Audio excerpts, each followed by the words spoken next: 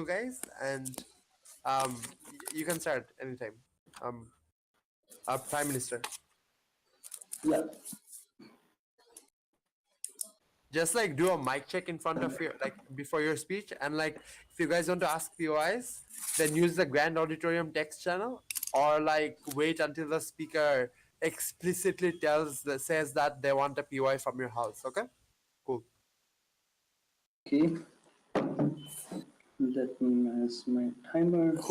Who's timing? Is Farhan timing or the speaker themselves will time? I think it's always preferred if the speaker times, because like otherwise, even if I time, oftentimes no one keeps a track of the like text channel. I'll time myself. Mobile cool. Cool.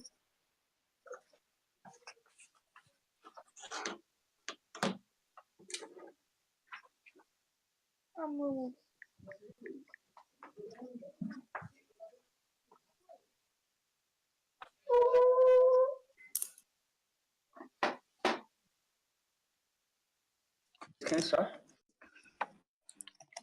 In which room? Sorry.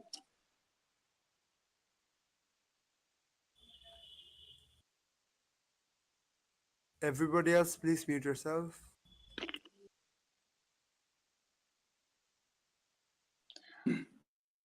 In which room?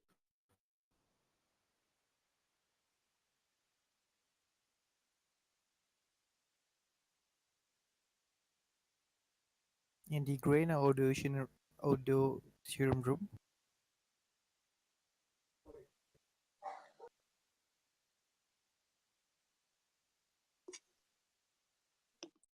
Yeah, start, right? Cool.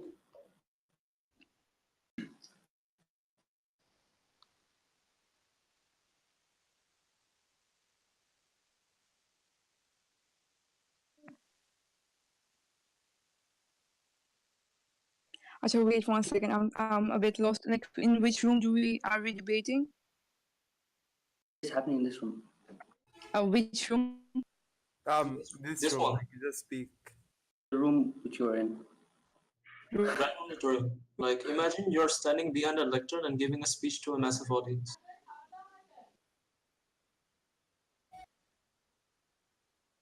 Okay, I'll start.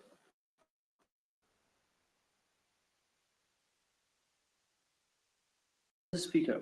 We see in situations where the very trust towards social and political institutions of the state and various social institutions by which a stable society runs compromise in a society where the resources are significantly limited, or different kinds of it is very huge problem of high poverty. We see there are situations where we have to take the worst possible option. We see this is the kind of debate that we're having today. Opening comment, right? First of all, that we have no other option except the state actively promoting religion. Second, that religion will play a crucial role in people's life, especially in such a situation, that religion will provide a way out of this poverty, at least not in the short term, but in the long term. That is something we're going to prove. So first of all, why is there no other option? But understand firstly the kind of situation we're talking about, right? Since there is poverty in this situation where there's limited resources that are existing, so that which the state can use to cater to the needs of the population, since the state is usually not able to do that, there is very little hope, and there is very little hope towards what we can provide in the general population. There's very little trust and hope towards the state. There's very little stability in the society, in the sense that people do not know if they should trust each other, if if the crimes happen in the society, if they should trust any kind of political institutions like democracy or like elections and stuff. We said this is the situation we're talking about, right? Why is no other option available? Why is no other option available? Why religion is the only when people in the society do not have a form of collective identity because of the fact that they are mired in abject poverty. We say these are situations where they need a sense of collective identity. where they can relate with each other. We say the religion can be that form of collective identity. We say there are other forms of identity like nationality, like ethnicity. We say these are forms of identity that are not as equally effective as religion because of a couple of reasons. First of all, because of the fact that these kind of identity cannot really satisfy the kind of spiritual satisfaction that religion provides in the minds of people, in the sense that they get a kind of satisfaction in that manifest in this physical world, which is not possible in this kind of state, right? But second, understand that since these kind of situations, since this kind of collective identity is essential, so that people can sacrifice their own individual interests, so that people can see common factors among each other, so that they can work together to form a stable society, work together to form a stable political system, is something that only religion can provide, because of the spiritual satisfaction that religion can provide, that no other forms identity can provide. But second, understand, since religion is so deeply entrenched in people's mind in the form that they can see and hope so towards something good in the future, either in this life or the other. This is something that other identities cannot provide, and only religion can provide. Second, religion provides this form of political stability, where there is a higher authority, that like higher authority church, like other forms of higher authority, that people can decide and people can agree to, right? We say when these kind of higher authority are not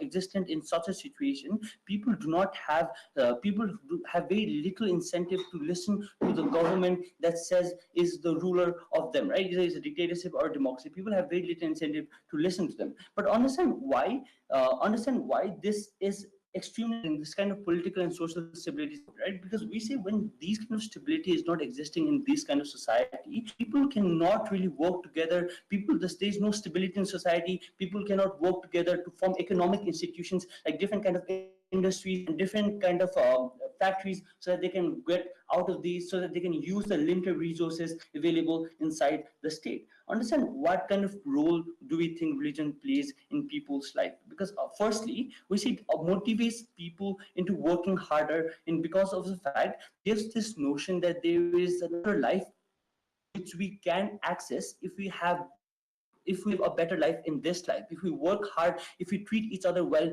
if we serve the state and stuff. We see these kind of motivation is only existing in religion, and is something is essential because of the fact that we need people working harder, people working in unison, in peace, so that we can get out of this state, right? But second, understand it also provides a symbol of hope that other identities cannot provide, symbol of hope, so that we can live their daily life even in abject poverty. Before I begin my next argument, yes, POI.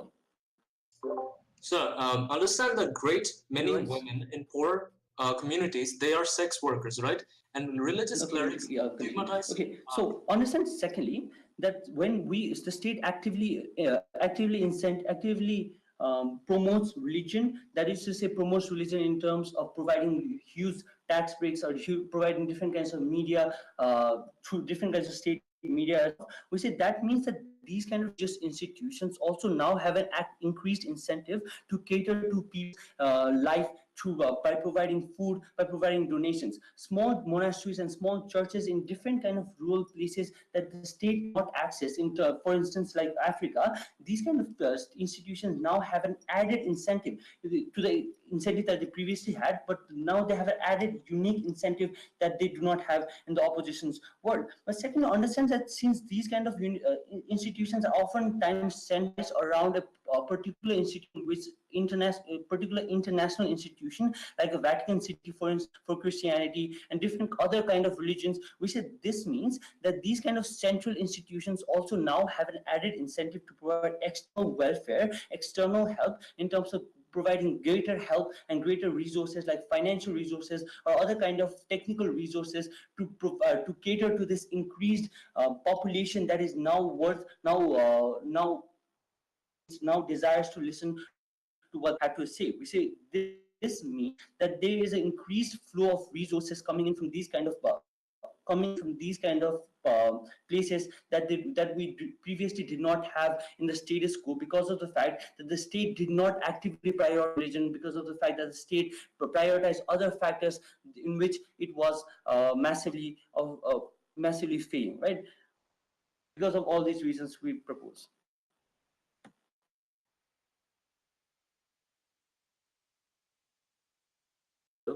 This House recognizes the Prime Minister's speech. I request the Leader of Opposition. Okay, like, can you guys hear me? Yep, Yes. you're audible. Um. Okay, starting in 3, 2, 1. Now, the government side of the house comes up and talks about the problem that is existing in the current house regarding how bad the situation is, that the people do not even trust each other and whatnot, and how religion is the only solution over here. Now, if we talk about countries where people different exist, like or about African nations where people of different religions are living together. So how can we ensure that this sort of people come together? How can religion be the common ground over there, right, at the first place? Because these people are believing in different religions at the first place. So how religion will, and that shows that even if the state promotes a certain religion, this will certainly not solve the case. Because how do we see the state would be working here, right? The state would for promoting promoting a religion which is followed by the majority of the population. And over there, this opposition house comes up and we see that here we see a problem arising, because this has a very high there is a very high chance that the minority would be cornered, or people who are not catering to the majority of the religion, even in these high poverty ridden areas, will be cornered. And this shows how the collectivism of the main point that the government is certainly not going to work. So with this, so what do we see so what problem do we see existing in this house? The government side comes up and talks about the spiritual satisfaction, not. And even if we talk about religion, and this government side, from the opposition side, what we mainly have to say is that irrespective of your financial position, we cannot ever signify that with a religion. And like a significant factor, we go on to designify religion at the first place, right? This is something which we hold on to, this religion, this belief that we have in our Almighty or in our Creator, irrespective of what financial position we are having in society. And this, and when the state intervenes, and right, so this is something which we need to understand, the moral principle of religion, and what we need to say. That yes, the government side came up and talked the spiritual satisfaction, the mind, right? Yes, we agree to it that religion is what allows satisfy us spiritually and what not. But when the government caters to one religion only, or the religion which is followed by the majority of the people, we believe there is a problem which would lead to a various trickle down problems which we will be talking about in our arguments at the first place. So here, so what argument do we have? We would be talking about the moral principle of religion, how this is not the exclusive, and why it should not be the exclusive institution in this high poverty ridden areas. Secondly, we would be talking about how state intervention might go wrong. And thirdly, my second speaker would be coming up and talk to you about the radicalization that might result due to this active promotion of religion by the state. Now, as we talked about moral principle of religion, we talked to you about how this is something which is absolutely how religion is something which is how it is our personal belief regarding what sort of faith we have, or what we believe in, and how state has no right in actively promoting any sort of major religion. But much more than that, what we are mainly aiming to talk about is how religion cannot be the only solution in this case, right? They came up about how the problem existing in the society needs, how the people need a collective identity in order to come up together. And here we believe that the people can come up as a have people residing in places where multiple religions are being practiced. We believe that the only way the people can be identified together is through patriotism, is through promoting this sort of patriotism, where we have seen during the liberation war of Bangladesh how people of different religion or different cultural identities came up together and fought for the liberation war, and how this has been the only solution regarding how we came out of different sort of problems, right? So this is what we believe. We believe that the only way we can solve this sort of high problematic situation is only through having more of faith, which is which has more common ground, like having more I don't know how this will lead to problems, right? And secondly, we told you about how this will be a significant problem in areas where different religions are being practiced, right? Because this will certainly not solve the problem, because as go on to promote a religion which is majorly practiced by people, certain people who are like the Christians of Indonesia, who certainly are not do not believe in Islamic, would be cornered. The minority will be cornered, and this is something which we do not have in the house at this point of time, whereas we already have problem. And we talk about how state intervention will go wrong, right? We tell you that when we see extremist government come into power, they have the capability to manipulate religion or to change religion according to their need, which we do not want at the first place, right? They have the power. The state obviously has the power to change the textbook or anything in accordance to their need, and then use it as a weapon for poor people, for different mechanism, right, for voting. As we go on, as the people as they might also promote religion, make people believe that as they are helping them have a stronger belief in their religion, they might also manipulate them to vote for them, which is something which we do not want. And even in the past instance, extremist government come into take place, where they manipulated religion, and this only led to a creation of division between people believing in different religions, people believing in different identities, people believing in different ethnic people belonging to different religious backgrounds. So this is something which we have seen in history, which we have seen in India, like how extremist government come up and manipulate the religion, and how they have created problems. So this is something which we do not believe will certainly solve the case over here. And with this, we the opposition side are proudly opposed. Thank you. Here, here.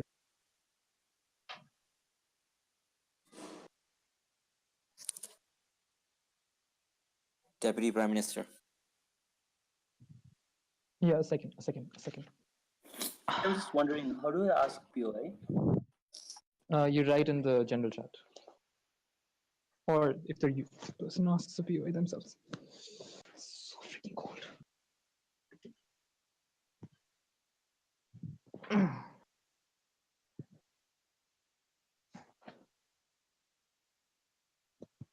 Can I start? Okay.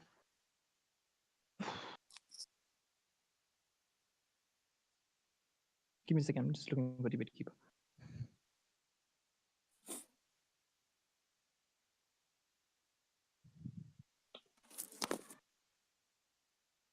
Okay. Panel. Understand this debate doesn't take place in a vacuum, but rather takes place in reality with limited resources and actual reality that governs the society, meaning that it's the situation in the society is so desperate that even if the state wanted to help these people, they cannot under no circumstances do anything. So under our side, we believe that we've given you enough from the Prime Minister to at least show you how these people are better under their side.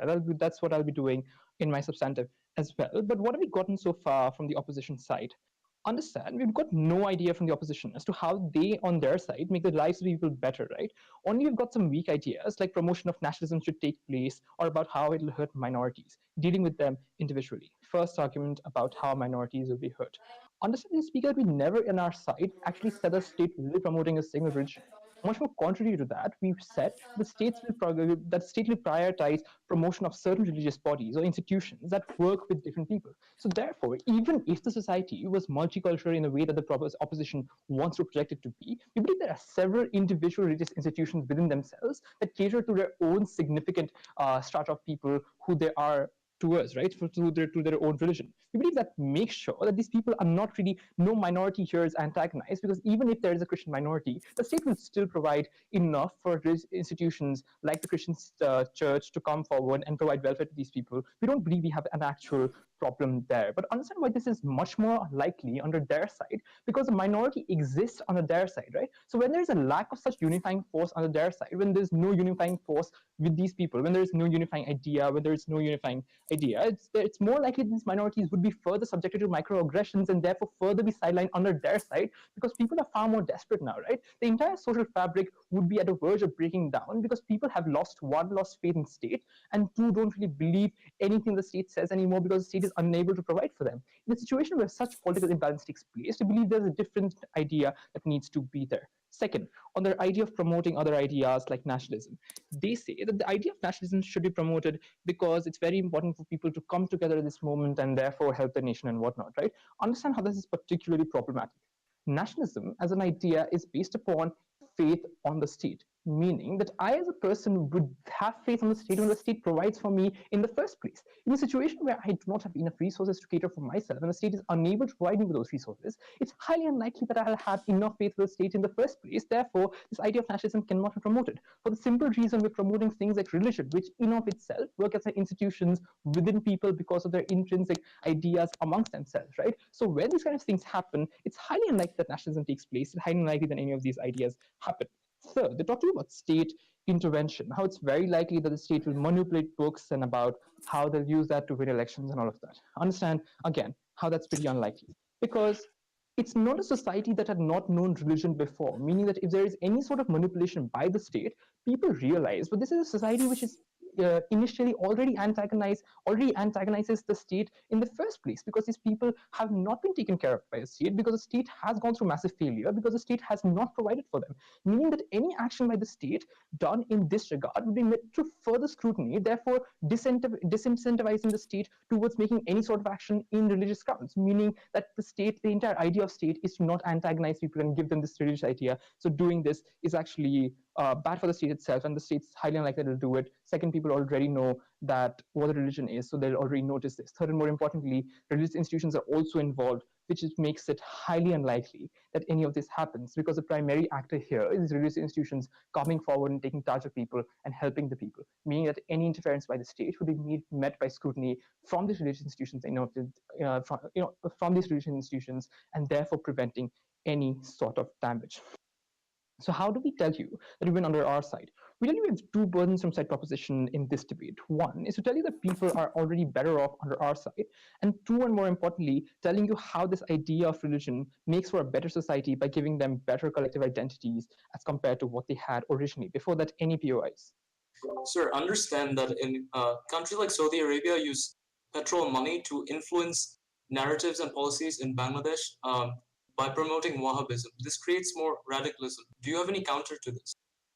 So understand how radicalism doesn't really take place under our society, because the primary incentives of these religious institutions coming in is the state, meaning that state's regulation on these institutions will be tighter under our side, meaning that instead of unlike countries that have these religious institutions inbuilt in societies and which take states as hostage in the first place, state now has an active control over these institutions, because state now controls institutions, state gives them tax breaks, state promotes them, state helps them to influence further, to reach further and deeper in the society, meaning that if they try to do anything, the state has active regulations on them to prevent these things from happening in the first place. Understand the main motive of the state here is to maintain the society in this desperate time of crisis.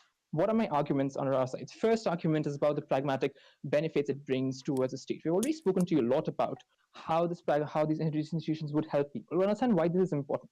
One, it's important because of states' lack of reach in all of these places, meaning that if a society is faltering and a society is degrading from the very core, and if people aren't happy, and there's a huge population that's not met with proper resources when resources aren't available, it's highly unlikely that state will be able to go and help people even if the state wants to. Meaning that if state needs to deeply penetrate within its own societies, it needs help of these religious institutions by promoting them further. Meaning that when these religious institutions are there in these groups and societies, they actually go further in these groups. Second, how these religious institutions are very able to combat crisis, because understand that the funding and welfare that comes from these religious institutions is not from the very state, but it comes from these different countries that promote these religious institutions in and of itself.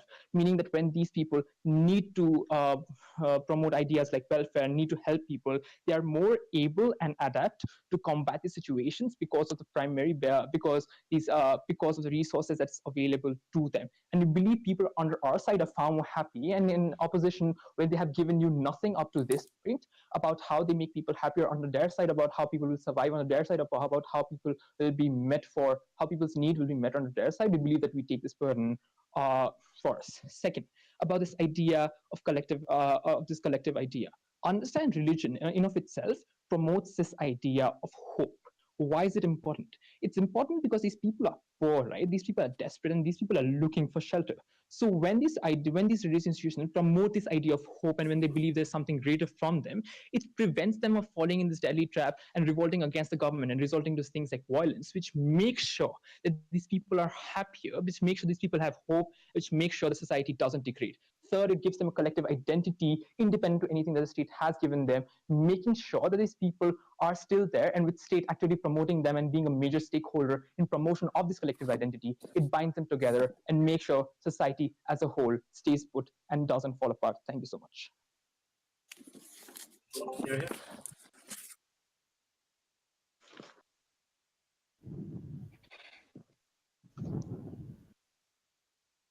TLO. Okay, check. Am I audible? Yes. Yes. Okay, wait a second.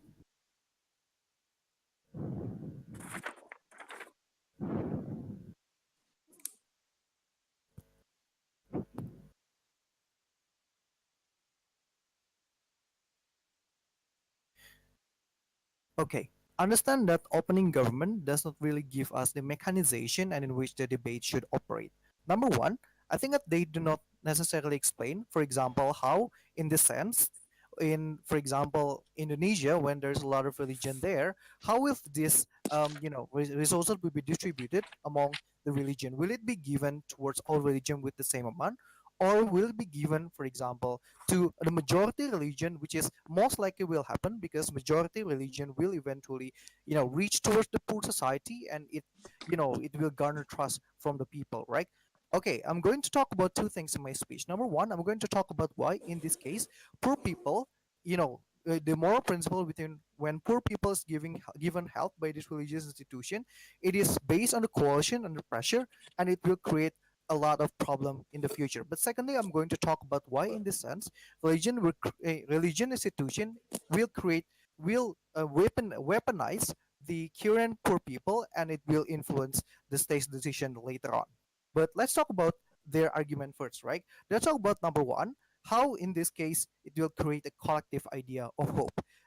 Firstly, I think that it will not likely be happen because notice that when states give the donation towards the religion, for example, most of the religion we have their self autonomy, right? Meaning that they can use this type of donation to propel their agenda to reach what kind of you know the poor people that they want. For example, notice that different religion will approach different a social spectrum. For example, that the in Indonesia, most of the if the states give the money towards Islamic people, they will reach the people will that have the tendency to go towards the political institutions of these Islamic people, right? With that in mind, I think that I think that this problem will create more a harm towards people because it will not create a collective collective idea of hope, it will create a massive divisive rhetoric between which religion that they should follow and which religion will help them the most, right?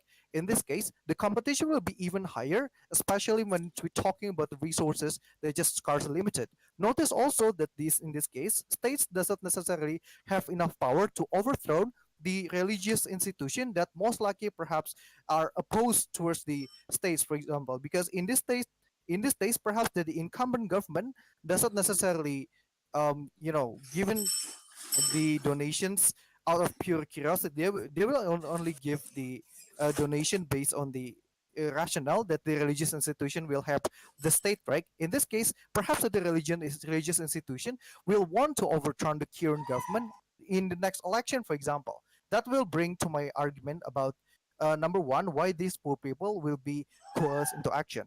Notice that in this case, poor people will get a lot of will get a lot of help, right? They will want help in the future. Notice that they do not have enough self autonomy. In this case, that they do not necessarily understand what kind of goal that this institution wants, because they really need it. They need money to help the baby, for example, and to take care of the sick people. In this case, people will eventually, these poor people will eventually goes and flock towards this religious institution that will perhaps give a lot of donation, for example. In this case, we're talking about religious institution, which is the majority in this case, and majority of the majoritarian religion will eventually use this to weaponize them in order for them to get a strong voter base, right? We think that that is actually morally bad for religion, right? Because talking about religion, as the opening government told to you, opening government talk about religion is very holy. For example, they'll create a sense of identity, collective identity, for example, and then they will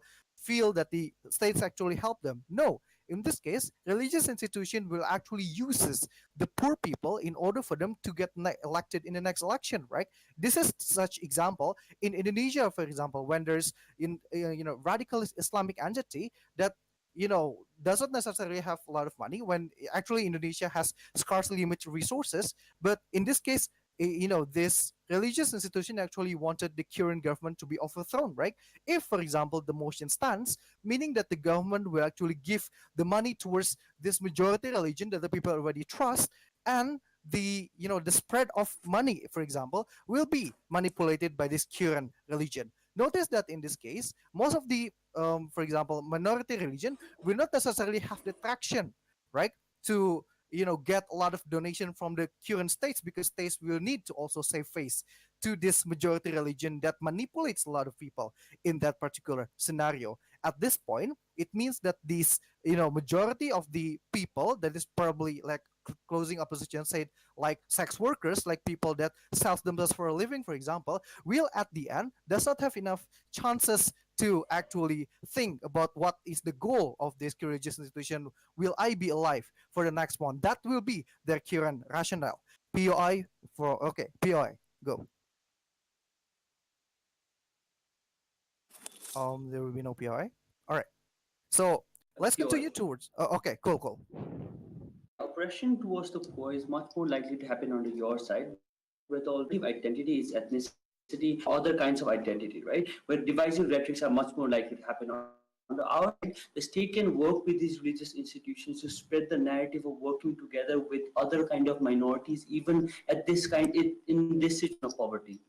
But I think that in this case, in your side of the house, this collective idea of hope will be most likely not moral but pragmatic at best, meaning that the divisive rhetoric will be created by this religious institution that owned the certain type of majority, and they will push the current government to, for example, move, right? Because I think that opening government, if they want to win the debate, need to prove whether or not that the states will gain more power when the religious institution actually follow the ideas. Because opening government doesn't necessarily explain, right, what kind of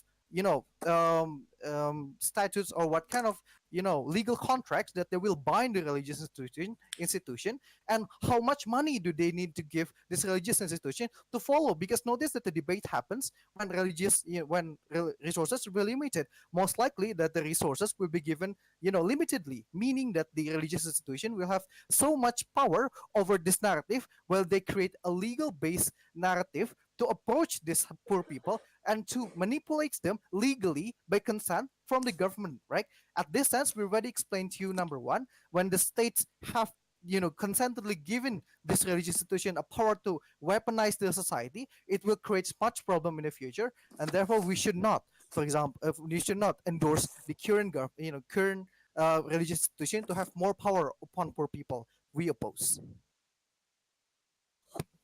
Here, here.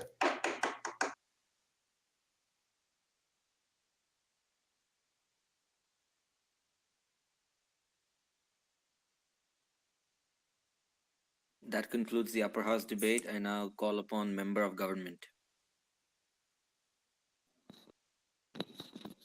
Hello, am I audible? Yes. All right, can you give me 5 seconds, please?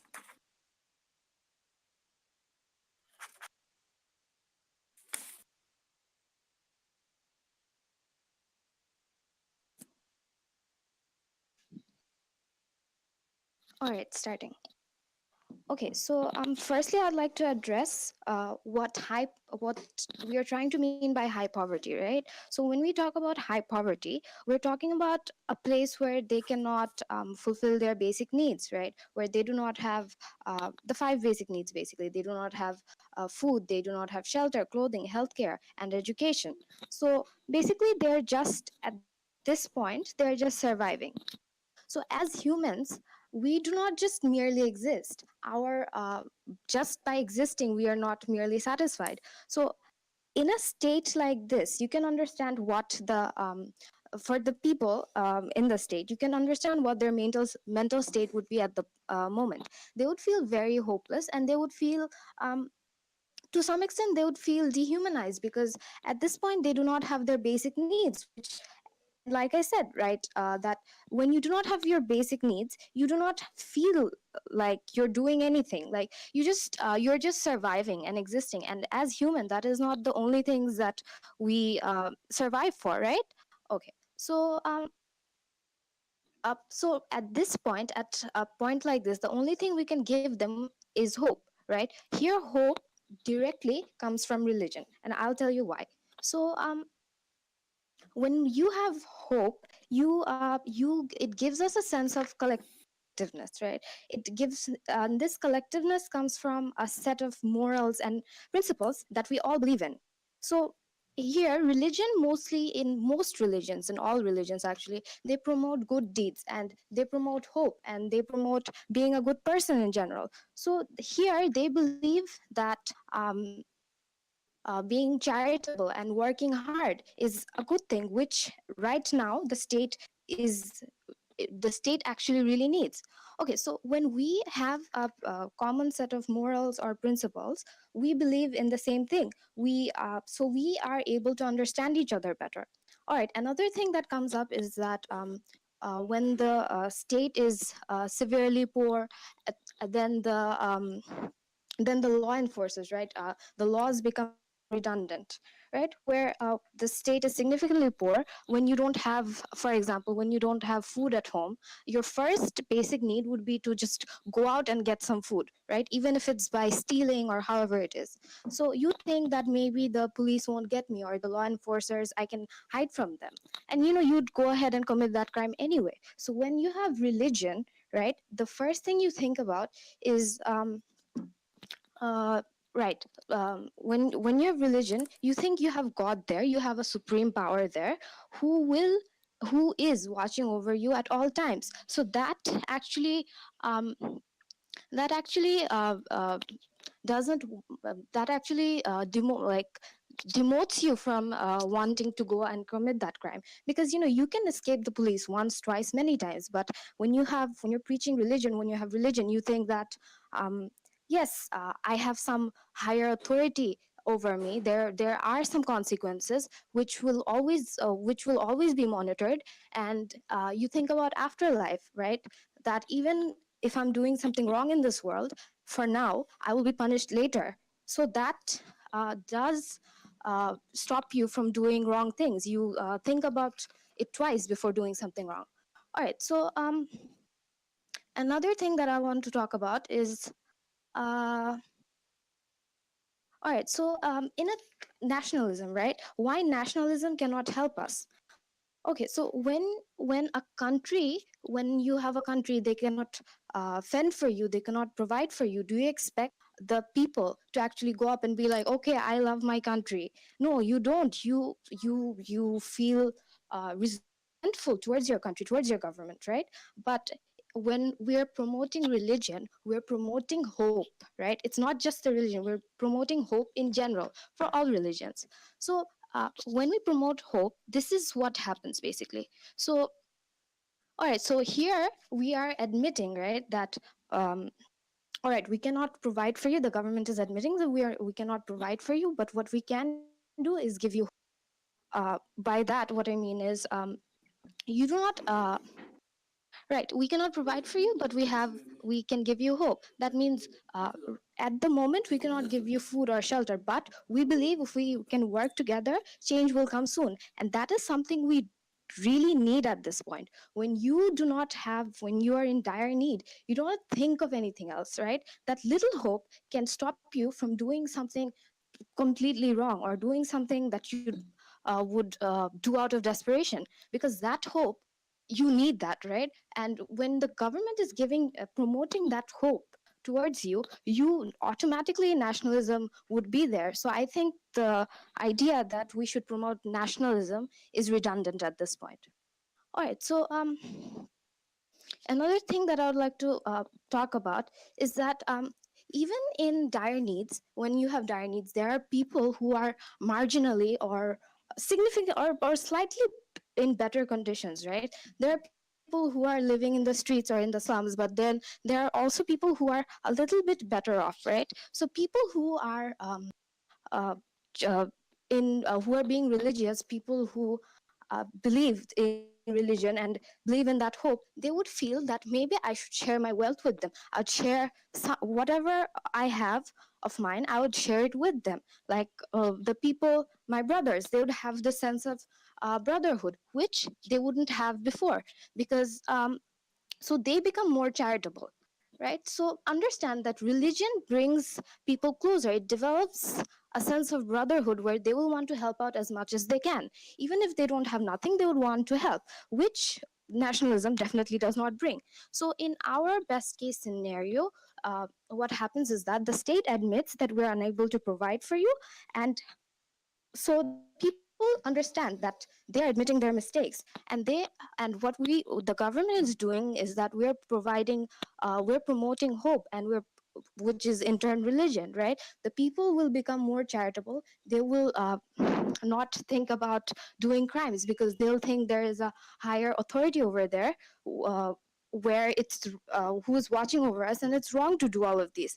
So what we're saying is that in our world, the religion can stop all the major crimes and all the problems that the opposition has been talking about. With that, I'd like to end my speech. Thank you.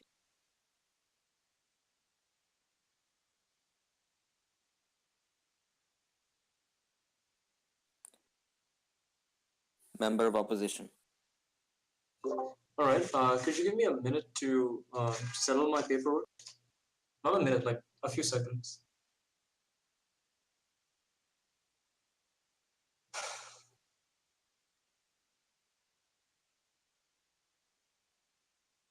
Okay. 3, 2.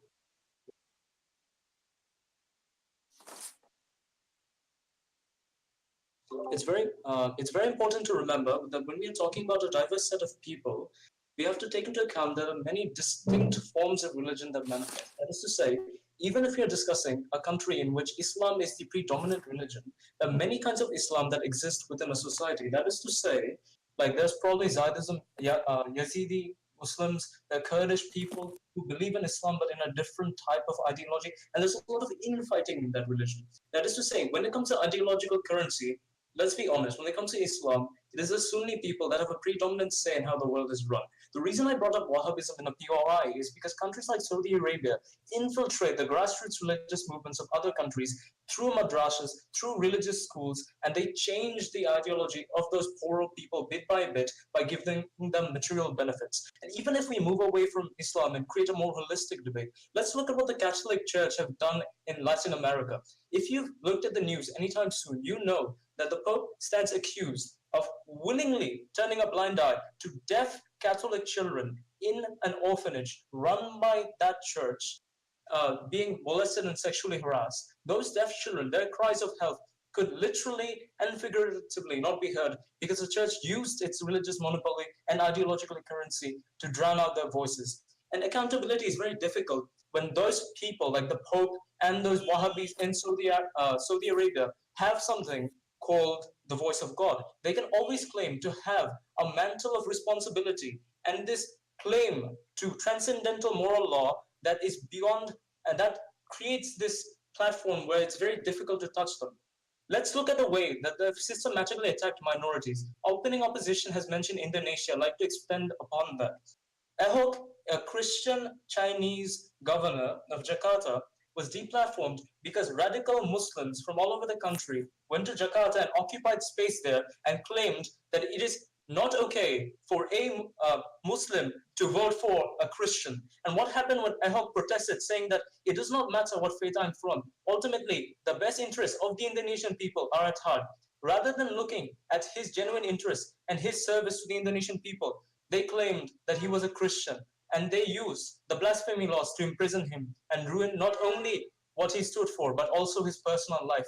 We have heard that he's recently going to get divorced. And see, when this narrative is created, people like Ahok from minorities, they're too afraid to become politicians and stand up for their people as well because they are too scared of being shot down.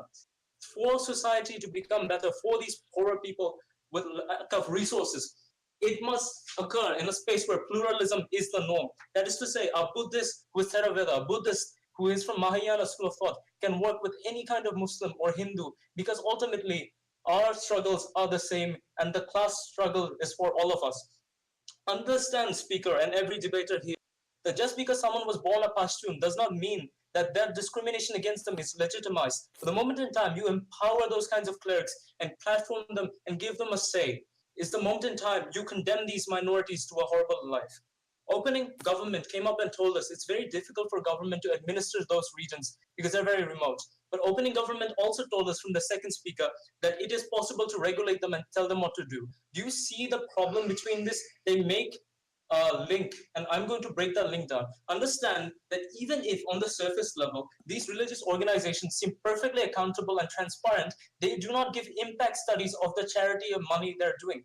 Compare this to the actor that we propose, non-governmental organizations that are directly accountable to the stakeholders in the community that have to publish yearly reports and show that people, their donors, exactly what they're doing for the poor people. Understand, even in the remote zones, if the Catholic Church is able to access them, chances are non-governmental organizations are able to access them as well. But we think that they are better actors because they tend to be more secular in nature. They don't take sides, and the discrimination that happens based on what ideology you particularly pertain to does not occur to the same extent. Therefore, they are the best actor in this debate. Even if you can say that in those areas where there's less resources, at least they get educations from institutions like madrasas. But even if, as opening government claim, there are government regulations there, like, we have Alia and Kwami madrasas in Bangladesh, what tends to happen is women that go to Alia madrasas don't get equal access to science. You see a vulnerable group being actively discriminated against within those closed doors. We cannot allow these kind of implies to take form because we have to stand up for those rights of the minorities. If we don't, then who will? More importantly, understand the reason I bring sex workers to the fore is because many times in those hyper-poor neighborhoods, the only means to which a woman can provide for their vulnerable child is by doing that work, right? But if the stigma intensifies because of those clerics moving to a more radical shift, and let's be honest, intuitively it occurs to us that many religious clerics condemn this kind of behavior altogether rather than try to humanize them. Whereas the aid workers that we believe are the best solutions are more likely to accommodate them and take them into account because they have to work with CEDA THW from the UN, the Commission against the elimination of all kinds of discrimination against women. But before I move on, Apratim, please. PY from OG. Okay, seeing none, I move forward. Understand, one state I would like to talk about in particular is Rojava from Kurdistan.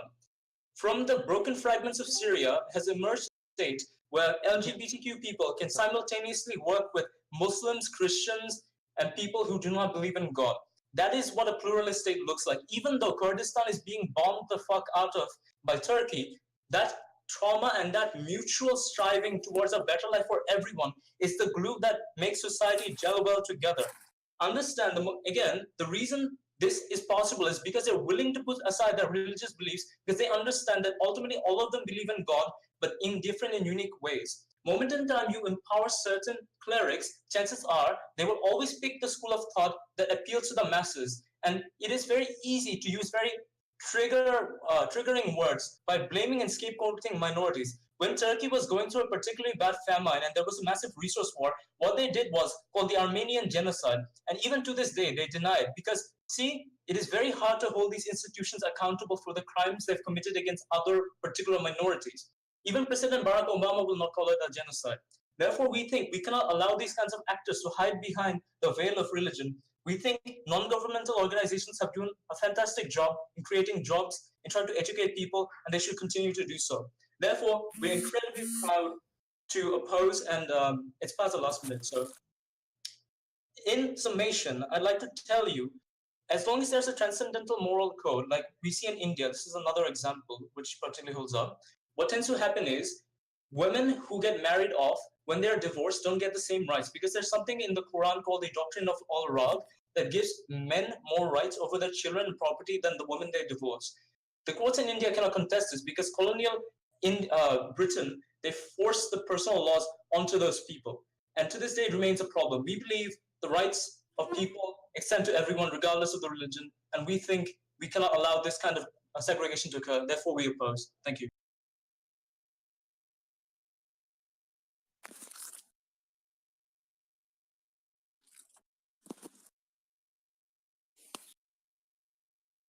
Member of government.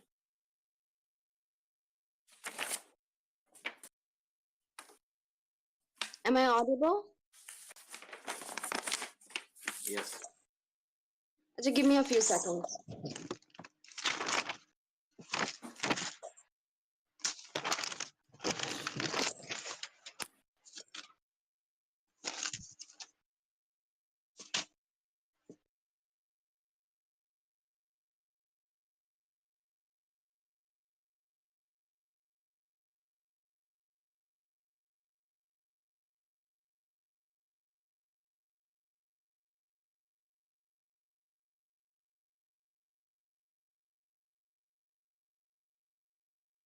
Okay, starting in 3, 2, 1. Okay, so if we're going to look at this debate today, let's understand what exactly is the situation that this is taking place, right? So we'd like to clarify that this is taking place in a region of extremely high poverty. Now, what do we mean there? First and foremost, we mean that people there basically they're deprived of their basic human rights to begin with, right? They're in such conditions that they have continually been dehumanized, or maybe they themselves have been dehumanized to certain extents, that they stop comparing themselves to like the higher people. Like they stop believing that one day they might actually get into a better position and all that, right? So what we mean to tell you is that basically these people now live in a dog eat dog world where literally everyone would keep to themselves and like try to survive somehow. Their tendency of socializing or their tendency of living together as a collective group basically does not even exist. So what do we mean here? Like my first speaker told you, that in this situation, even when those people who have even slightly more than the majority of the country or the majority in the region, even those people fail to realize that it is necessary for them to somehow commit some form of charity to make sure that they to make sure that everyone, the entire society as a whole can exist, can live together peacefully in harmony and all that, right? So basically what we're going to tell you today is that the people living in these conditions, they are in extremely horrible way, and they don't even realize, they don't have the sense of socialism, they don't have the sense to like go ahead and live together, and they don't even understand that how that maybe, just maybe, if every single one of them come together as one, they can somehow make use of the whatever limited resources are available in the society to begin with, right? So what we're going to tell you today is that we're going to tell you how what makes us human is basically the idea that we are social beings, and that and our the necessity that we have to pass on knowledge and all that, right? And we're also going to tell you how religion, how the government should actually talk about how religion does not necessarily have to be different religions. It can just be the idea of religion to begin with, idea of religion. Now understand what I mean by this. We're not telling you that the government in any region should just come ahead and tell people what Allah said, what Muhammad Sallallahu Alaihi Wasallam said. We're telling you that the government should come ahead and say that, you know what, don't give up hope yet. I know that you're in a horrible place, but guess what? Believe in God. He'll tell you what to do. He'll show you the way. That's what we mean by the idea of religion to begin with. Now, why is this important? Understand that when the government is telling you this, whatever you hear, whatever you listen to, it does give you the idea or the sense of self-worth, right? Because when you're talking about religion, whatever self-worth that you did not have to begin with, now you have the idea that there is someone there looking out for you. Now understand why this is important. You could have a husband, you could have kids, you could have parents and whatever, but given the status quo, you literally do not have a single person. Like when you're living in extreme poverty, you lack everything. You do not have a single person that you can conform to, that you can confide yourself to, right? But the moment you realize that there is someone up there looking at you, looking out for you, who has better plans than all those ideas, whatever ideas does exist in all the religions, the common ideas, right? No, like when the government promotes those common ideas to the entire general public, understand that every single individual existing in the general public now has an idea of belonging. They have a sense of belonging, and not only the sense of belonging to a particular society, the sense of belonging that they have someone looking out for them, and they have someone that they can trust, right? Because understand that in this society, trust does not exist to begin with. Okay, so we're also telling you that how this gives hope, and that when the government comes and says that tells the people that they have a certain new idea to somehow work with the resources that they already do have, and somehow use that to provide for every single person in the public, understand that in the status quo, then when people don't have a single inkling of hope, they will not be as committed to the idea to begin with, right? Given that they're already in horrible conditions, whatever government or whatever authoritarian body exists, they don't trust that body, they don't trust that idea, that group, right? So understand that when now in the current status quo, people do have hope, they do believe that something better can happen.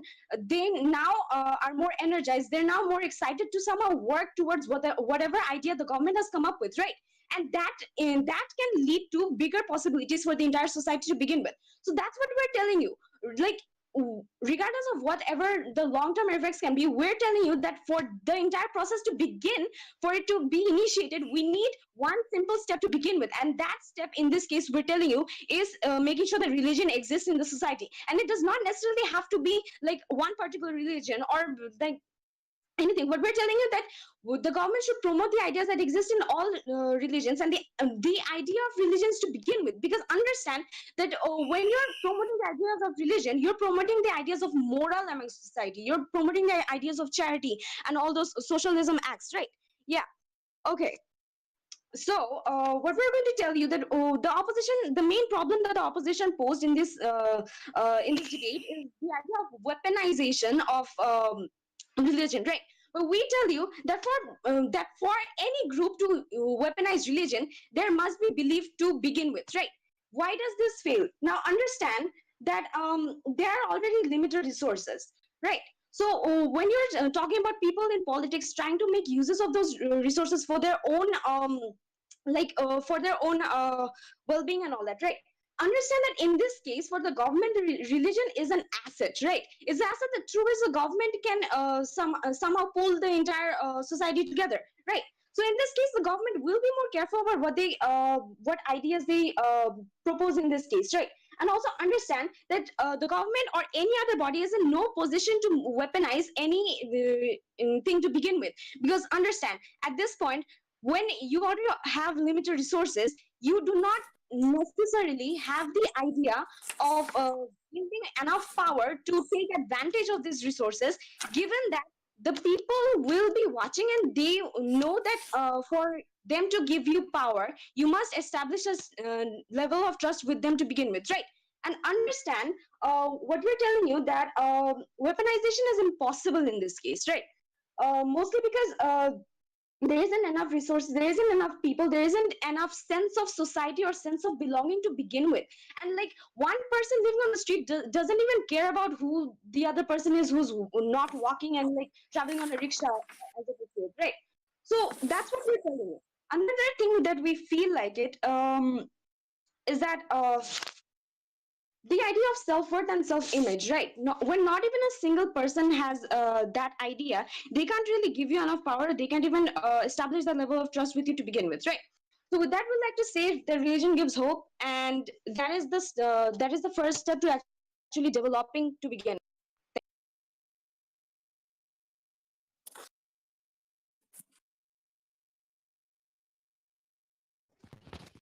Hello, am I audible? Yes. Okay, so give me a few seconds.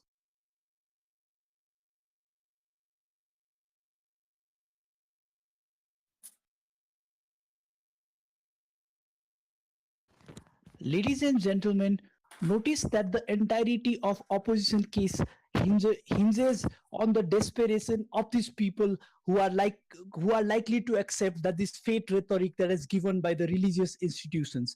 Notice that the power of this religious institution is now contingent on these people being poor and desperate and still hinging on that kind of faith. That is to mean these religious institutions now have a motive to prolong this kind of situation within that community. Notice that these religious institutions will only be likely to give only much to give these people hope, but not give them enough to get them away from the situation of desperation, which would actually rid them of this rid them of this poverty, and this is going to be antagonistic to them. So that is this. So what are the things that we brought in this debate and why we win this debate? Notice that this opposition will constantly talking about uh, collectivism and how it actually brings the idea of collective identity, how it binds them together. We have shown to you in so many different ways that this collectivism is actually divisive, and it even encourages the monopoly in so many different situations. So even in cases where government gives power or gives incentive to several different religions at the same time, it is going to work against all of these individuals. In religious groups in poor communities are antithetical in nature. That is to mean these individual religion act against each other, and government is doing providing political capital to weaponize each of them, and that is the reason as to why they are going to conflict in the nature. Also, we provided you in cases even in a particular religion like that of Islam, that there are different kind of ideological power held by different kind of communities. Now ideological power is reserved only to one kind of group. That kind of group always maintains monopoly, leading the capital to go only to its people, and then fighting against the others in that process. That is to mean they say, and also this cannot be actively reverted in the status quo, given that they say that is the voice of God in making it. So the only power that this majority religious ideological religion holds is only going to give the power to that particular religious ideology, that is going to separate other religious ideologies on that place. Now notice that this incentivizes people. This also we have told to you that this makes people afraid to take stances that can be religiously detrimental, and what actually has a possibility of creating a structural change in the society. That is to mean that that is to mean that these people are now afraid to go in against these religious groups, and that is the change that the society actually requires. OG says that it's possible to regulate the situation that goes in there. They say that the pragmatic benefits they bring to us is that these religious institutions are non-governmental. That is to mean they have so many different resources coming out from so many different places, but we again put a question to their accountability by telling that they do not do impact studies, they do not need to produce actors, they do not need to show their monthly records. Also, they demonize the existence of the already existent NGOs on that community. That is to mean the NGOs will have very less vocal power as opposition to the religious clerics once we promote the religion on those areas, meaning that these NGOs who are more accountable, who are more secular, who are actually appealing to individual people rather than the people of specific religions, are now not in a position of power because of the accountability that because of the power these organizations or religious clerics are given in their side of the house. That is to mean the NGOs will be less powerful on this group to advocate that an institution with more accountability, more secular power is going to be less impactful in the situation. Also, in the areas where there are less resources, vulnerable group who are already poor cannot access resources due to the religious advocacies against them. We have told you that in religions, like in various religions, there is a structural problems against women. That is to mean even there are two types. The interpretations that these people take in these poor communities are literal. That is to mean whatever the religion says, they do it without further interpretation or thought like that. That is to mean they lead these kind of minorities or women or people who are already poor, already have less access to resources, into having lesser access to these resources because of the religious advocacies against them. That is also, this makes other vulnerable communities who are not actually who may not actually be impacted by religions to be facilitated by those reasons. We have told to you how LGBTQ communities cannot now simultaneously work with various different religious groups of people, and they lose power in the movement. That is to mean of feminist rhetoric in particular area cannot actually work with other religious groups because they believe that they see the women of some different religious groups, and this is very less powerful in nature. Also, we have told to you how these religious clerics are populist in nature. They use the word that hurt minorities, that transfer into actual action, leading to this turn of people. What we got from opening and closing office, closing government in this case. Firstly, from opening government, firstly, we got only the kind of vague promises. We tell you that this kind of promises are not significant, not necessary in a situation of extremely high poverty. On the premise where they do not have food, hope is a less significant part to them. That is to mean the resources that goes into creating this religious advocacies in this place could otherwise go in the provision of other kinds of things. And since I've already told you how these religions existence is contingent on these communities remaining poor, these religious groups will continue to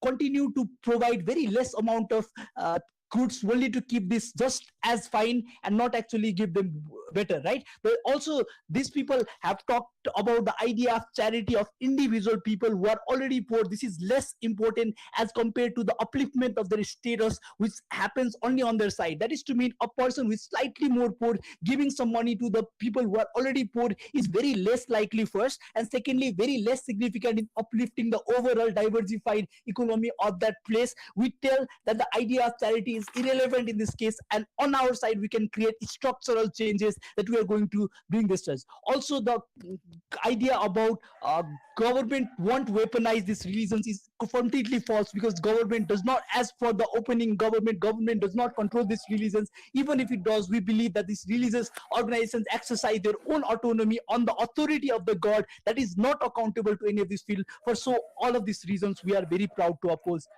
Thank you. Here.